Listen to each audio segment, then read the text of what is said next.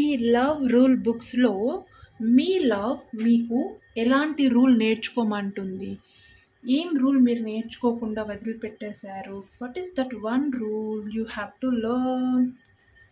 And that is rule number 7.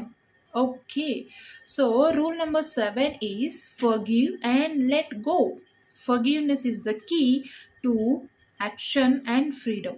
So మీరు అన్నీ నేర్చుకుంటున్నారు కానీ ఈ మధ్య ఫర్గివ్ చేయడం నేర్చుకోవట్లేదు. అండ్ ఏదైతే ఉందో మనసులో దాన్ని అలానే దాచేసుకుంటున్నారంట మరి.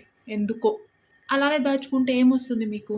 లెట్ గో చేస్తేనే కదా పాత నీరు వెళ్ళి కొత్తదొస్తుంది. సో అలానే మనసులోనే పెట్టుకుంటే కొత్త ఆపర్చునిటీస్‌కి, కొత్త లవ్‌కి స్పేస్ ఉండదు. ఏదైతే మనసులో పాస్ట్ థింగ్స్, స్ట్రగుల్స్ ఉన్నాయో దాన్ని లెట్ గో చేయండి. ఫర్గివ్ చేయడం నేర్చుకోండి అని మీ లవ్ మీకోసం చెప్తుంది. ఇది రూల్ నంబర్ 7. సో మీరెందుకు ఇది మర్చిపోయారు నేర్చుకోకుండా? అండ్ ఇంకొక మెసేజ్ ఏంటిదంటే holding grudges only hurts the relationship. Forgive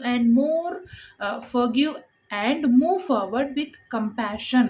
so చెప్తుంది ఏదైతే స్ట్రగుల్స్ ఉన్నాయో, గ్రడ్జెస్ ఉన్నాయో అవన్నీ పెట్టుకుంటే మీ రిలేషన్షిప్ని అవి ఇంకా హర్ట్ చేస్తాయి కానీ దాన్ని ఇంకా లవ్తో ముందుకు తీసుకుపోనివ్వవు. కాబట్టి దాన్ని ఫర్గివ్ చేసి మూవ్ అవ్వండి ముందుకు అని చెప్తుంది.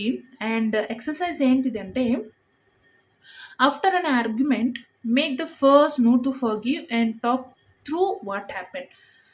అండ్ సో అర్థమైంది కదా, ఏదైనా గొడవ జరిగితే ముందు దాన్ని ఫర్గివ్ చేయండి అండ్ తర్వాత ఏమైందో దాని గురించి మాట్లాడండి. దాన్ని అప్పటితో క్లియర్ చేసేయండి అనేది లవ్ రూల్లో మీకు ఈరోజు లవ్ మీకోసం చెప్తుందని గుర్తుపెట్టుకోండి.